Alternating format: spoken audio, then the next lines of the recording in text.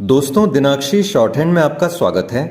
अगर आप चैनल पर नए हैं तो चैनल को सब्सक्राइब करें और बेल आइकन जरूर दबाएं। इस डिक्टेशन की एडवांस आउटलाइंस और वाक्यांश आप हमारे पेड बैच से प्राप्त कर सकते हैं।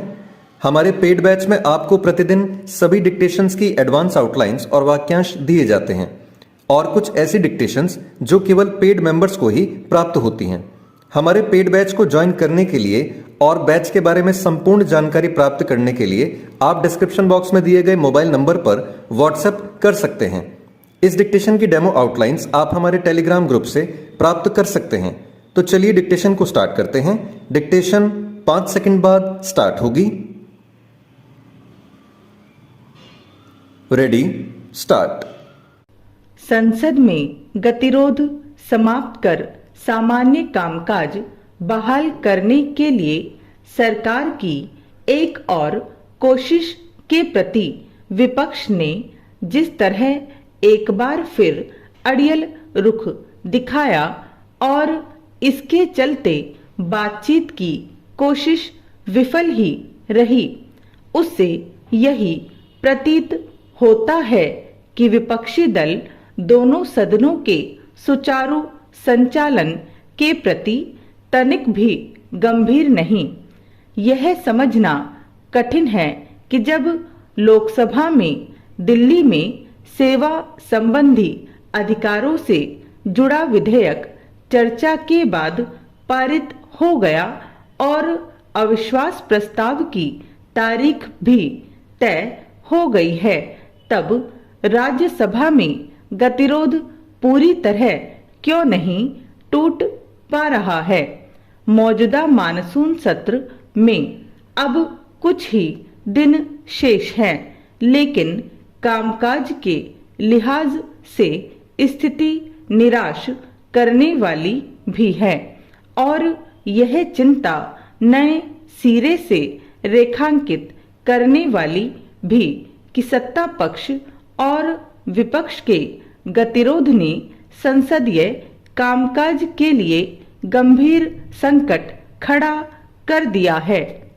यह उम्मीद धुंधली होना अच्छी स्थिति नहीं है कि इस सत्र के शेष दिनों में दोनों सदनों में तमाम गंभीर विषयों पर सार्थक चर्चा हो सकेगी और पक्ष विपक्ष के दलों को इन मसलों पर अपनी राय रखने का अवसर मिलेगा।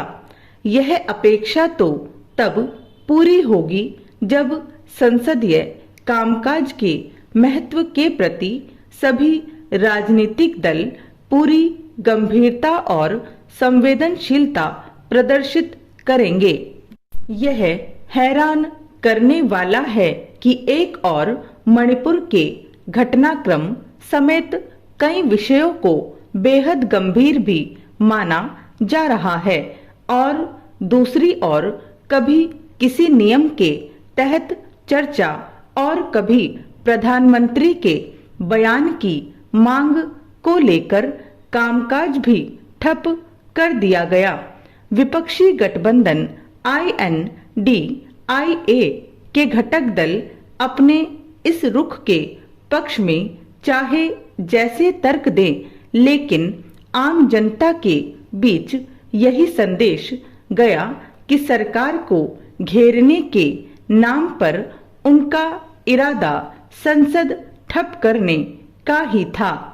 कायदे से तो अविश्वास प्रस्ताव को मंजूरी मिल जाने और उस पर बहस का समय तय हो जाने के बाद ही संसद के दोनों सदन सही तरह चलने चाहिए थे, लेकिन ऐसा नहीं हुआ।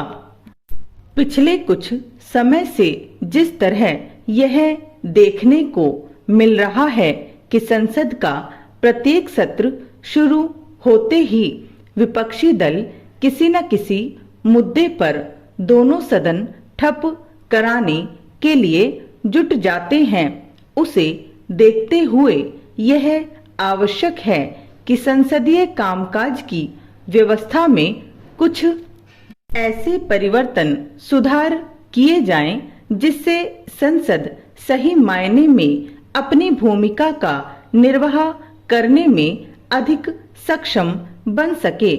इसके लिए सांसदों की भी जवाबदेही और जिम्मेदारी तय करने के कुछ उपाय किए जाने चाहिए। विपक्षी दलों को संसद में सरकार का विरोध करने का पूरा अधिकार है, लेकिन यह काम लंबे समय तक गतिरोध उत्पन्न कर और पूरे सत्र को बर्बाद कर नहीं किया जा सकता। केवल इतना ही पर्याप्त नहीं कि मौजूदा सत्र में कुछ विधेयक प्रस्तुत और पारित किए जा रहे हैं। अधिक आवश्यक यह है कि आम जनता उन पर गंभीरता के साथ विचार विमर्श होते हुए भी देखे।